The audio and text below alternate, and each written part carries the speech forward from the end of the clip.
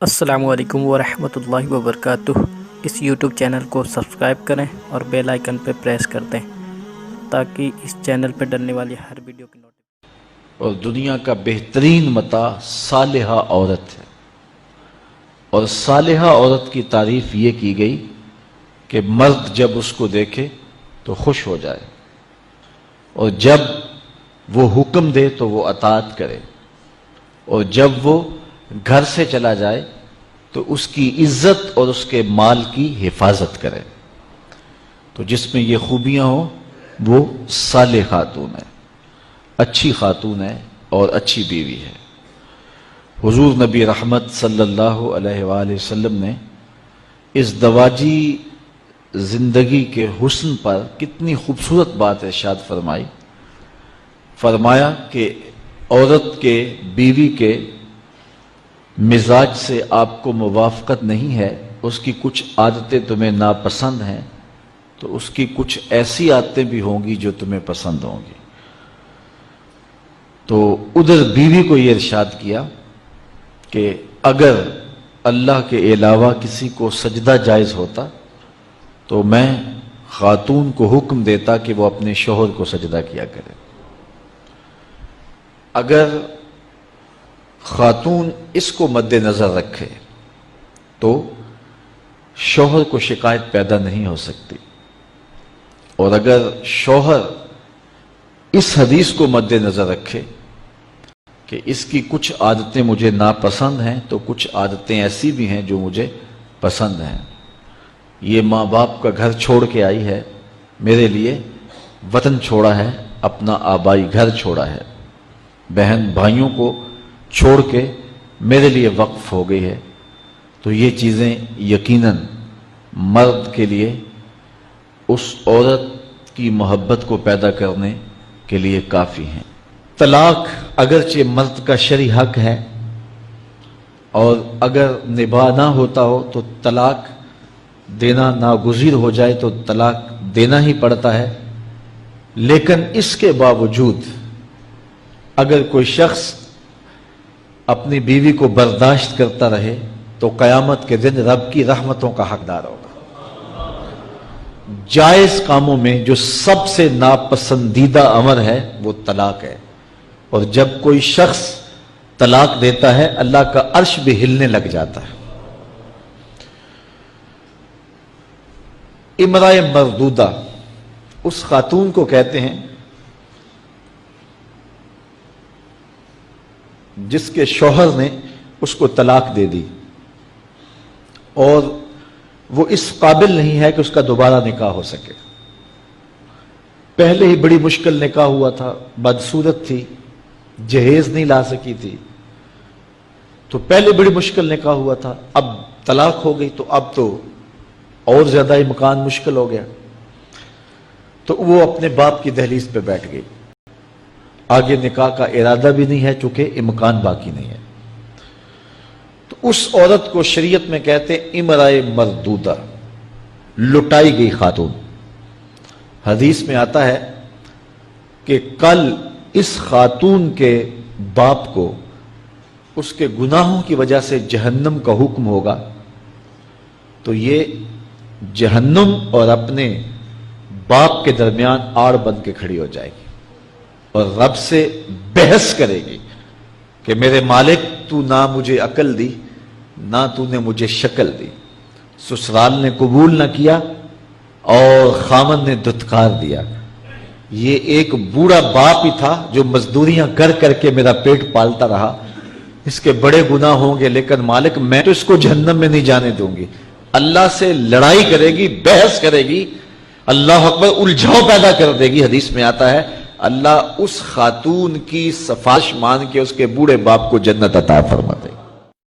وہ کیا کسی نے کہا تھا دوپہر کو سلا دیتی ہے بچوں کو وہ اس ڈر سے گلی میں پھر کھلونے بیچنے والا نہ آ جائے۔ کبھی ہم نے ان لوگوں کے درد کو بھی سمجھا؟ ہم نے کبھی سیرت کے ان پہلوؤں پہ بھی غور کیا؟ آج ہم اپنی بیٹی کی شادی کرتے ہیں تو اس کا جہیز چارپائیوں پہ بچھا دیتے ہیں، اور ہمارے دیہاتوں میں رواج ہے کہ خاتون کو کہتے ہیں کہ جاؤ پورے محلے میں، پوری بستی میں جا کے ڈھنڈورا دے دو کہ بیٹی کا جہیز دیکھ جاؤ۔ यार दिया तो अपनी बेटी को है और तोहफा दे रहे हैं, लोगों क्यों दिखला रहे हैं? सिर्फ दाद वसूल करने के लिए। मलिक साहब ने, खान साहब ने, चौधरी साहब ने हद कर दी, कमाल कर दी, बड़ा दिया, अपनी बेटी का घर भर दिया। यार तुमने तो दाद वसूल कर ली। चौपालों में, बैठकों में तस्करा भी चला, तंदूरों पे औरतें बातें भी करने लगी, तुम्हारे नाम के झंडे भी गड़ गए, लेकिन तुमने न सोचा तुम्हारी बेटी का जहेज देखने के लिए यतीम बच्चियां भी आई। तुम्हारी बेटी का जहेज देखने के लिए उस बूढ़े मजदूर की बेटियां भी आई, जो सुबह उठ करके मजदूरों वाले अड्डे पे जाके बैठ जाता है और उसको बूढ़ा समझ के कोई कबूल नहीं करता, और वो कहता है मुझे 10 रुपए कम दे देना, मुझे साथ ले जाओ, लेकिन उसको कोई साथ ले जाने के लिए तैयार नहीं होता। जब धूप खूब चमक बढ़ती है और उसे मायूसी होती है कि अब कोई लेने नहीं आएगा, तो वो डब्बा लटका करके रोटी वाला घर जब वापस पलटता है तो कोई जानता है उसके कदम कितने बोझल होते हैं। आज वो अपनी बीवी को घर से निकलते कह के आया था कि जो रकम मिलेगी उसका आटा लेकर के आऊंगा, उसका घी लेकर के आऊंगा। आज वो खाली डब्बा रोटी का वापस जब पलटा के ले जा रहा होता है, उसके लिए घर की दहलीज नहीं होती, पुलसरात होती है, और अंदर लोगों के कपड़े सी सी के और लोगों के घरों के बर्तन मांज मांज के अपने जहेज की चीजें बनाने वाली बेटियां जब अपने बाप को यूं आज भी खाली आता हुआ देखती हैं, तो जो कचोके उनके दिल पे लगते हैं उसका मदावा किसके पास है? तुमने तो दाद वसूल कर ली, लेकिन तुम्हारी बेटी का जहेज देखने के लिए उस मजदूर की बेटियां भी गई। तारा टूटता सबने देखा, ये ना देखा एक ने भी, किसकी आंख से आंसू टपका, किसका सहारा छूट गया। काश के उन दर्दमंदों का भी हमने हाल पूछा होता और उन दुखियों के रिश्ते हुए जख्मों पर भी हमने मरहम रखी होती और हुजूर की सीरत के पैगाम को हमने समझा होता, और हम अपनी मुआशरत और अपने इर्द गिर्द के माहौल के अंदर इन चीजों को, अपने मोहल्ले और अपनी गली के अंदर इन चीजों को देखा होता। साहेब, रात की तन्हाई के अंदर गरीब के घर में जाके जो है वो पैसे फेंक आना, ये बहुत मुश्किल काम है। इससे मुआशरे में दाद नहीं मिलती है। लोग जो है वो अखबारात में इश्तिहार नहीं छपाते हैं, ये मुश्किल काम है। इसलिए इंसान इस मुश्किल घाटी नहीं चढ़ता है। अल्लाह ताला सूरतुल बलद में इरशाद फरमाया, फलक्तहा मल अक़बा वमा अदराका मल अक़बा फक्कु रक़बा। अल्लाहु अकबर। ओ इतआमुन फी यौमिन ज़ी मस्ग़बा। ये मुश्किल घाटी है। किसी फंसे हुए की गर्दन छुड़ाना है, किसी लाचार के काम आना है, किसी दुखी के काम आना है। मेरे और आपके आका और मौला हुजूर खत्मुल मर्तबत सल्लल्लाहु अलैहि वसल्लम ईद पढ़ने जा रहे हैं, रास्ते के अंदर एक यतीम बिलखता बच्चा देखा। हुजूर रुक गए, सर पे शफकत का हाथ रखा, पूछा बेटे आज ईद का दिन है, तुम रो रहे हो? कहा मेरा बाप फला गजवे में शहीद हो गया, मेरी माँ का साया भी सर पे नहीं, भरी दुनिया में यहाँ मेरा कोई नहीं है। दीवार के साथ लग के बिलक रहा है। ईदगाह में इंतजार हो रहा है, हजारों लोग मुंतजर है।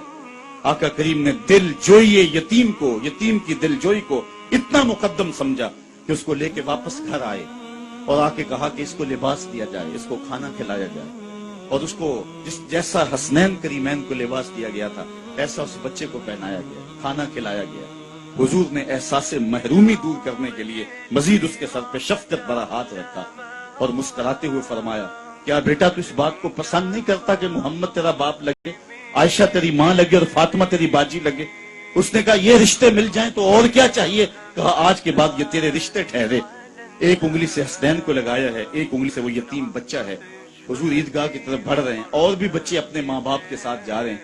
ये यतीम जुबान हाल से कहता है था तो यतीम, लेकिन यतीमी का मजा आ गया, मुस्तफा की उंगली थाम के जा रहा। तो हुजूर अलैहिस्सलाम की सीरत जब नस्ल नौ के सामने रखें,